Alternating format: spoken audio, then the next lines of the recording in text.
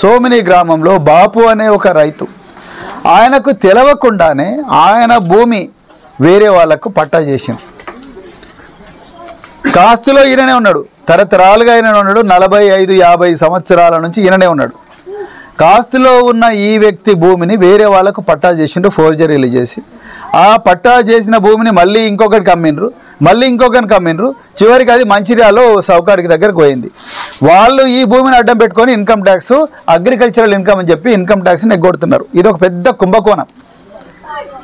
ఈ కుంభకోణంలో ఈ బాపు అనే వ్యక్తికి ఏమీ సంబంధం లేదు.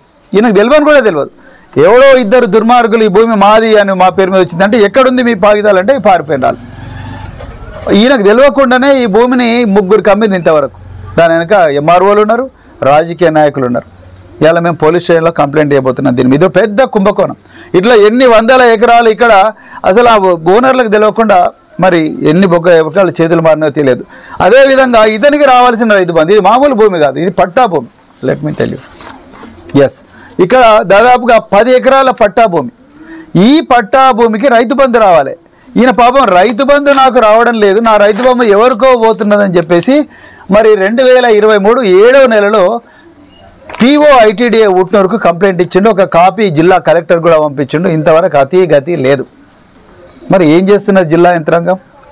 ఇంత పెద్ద కుంభకోణం జరుగుతుంటే భారత ప్రభుత్వానికి నష్టం, తెలంగాణ ప్రభుత్వానికి నష్టం, అదేవిధంగా పేద రైతుకు నష్టం. ఆయనకు చదువు రాదు, అమాయకునిలా కనిపిస్తాడు. అందుకొరకు ఇది ఏం చేసినా నడుస్తుంది. పోలీస్ స్టేషన్లో కంప్లైంట్ ఇస్తేనేమో అక్నాలెడ్జ్మెంట్ కూడా ఇవ్వరు. మరి ఎట్లయితుంది? దీని మీద కుంభకోణం మీద విచారణ జరగాలి కదా. ఇట్లా వందల ఎకరాలు ఈ ప్రాంతంలో ఓనర్లకు తెలియకుండా, కాస్తుల వాళ్ళే ఉన్నారు, కబ్జాలో వాళ్ళే ఉన్నారు, వాళ్ళ పేరు మీదనే పట్టా ఉంది, కానీ వాళ్ళకి తెలియకుండానే ఓనర్షిప్ మారిపోయింది. అంటే ఇక్కడెక్కడో చీటింగ్ జరిగింది. ఒక వ్యక్తి తన భూమిని వేరే వాళ్ళకి మ్యూటేట్ చేయాలంటే ఆ భూమి ఒరిజినల్ పట్టాదారు సంతకం పెట్టాలి. మరి ఈయన సంతకం పెట్టలే. అదేవిధంగా సాక్షులు సంతకం పెట్టాలి. ఎవరా సాక్షులు?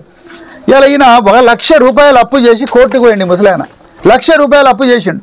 ప్రభుత్వం యొక్క చేతగానితనం వల్ల ₹1,00,000 అప్పు చేసి కోర్టుకు పోతే ఆ కోర్టులో ఎవరైతే ఈ భూమి మాది, మా చేతిలో కూడా పట్టాలున్నాయని చెప్పిన వ్యక్తులు ఈ కోర్టుకు వచ్చి వాళ్ళ డాక్యుమెంట్లు కోర్టు ముందర పెట్టలే. అంటే అర్థమైంది, దొంగలు వాళ్ళు. ఈ దొంగలు రేపు ఇదే భూమిని నాకు సంబంధం లేకుండా మంచిర్యాలలో ఒక సేట్ కమ్మిండ్రు. ఆ సేటు దీన్ని నా వ్యవసాయ భూమి ఇది అని చెప్పి ఈ భూమి మీద రాకుండానే తనకు వచ్చిన ఇన్కమ్ ట్యాక్స్ కట్టొస్తుందని చెప్పి అగ్రికల్చరల్ ఇన్కమ్ చూపించి దేశానికి, రాష్ట్రానికి ఇన్కమ్ ట్యాక్స్ ఎగ్గొడుతున్నాడు. ఇంత పెద్ద కుంభకోణం.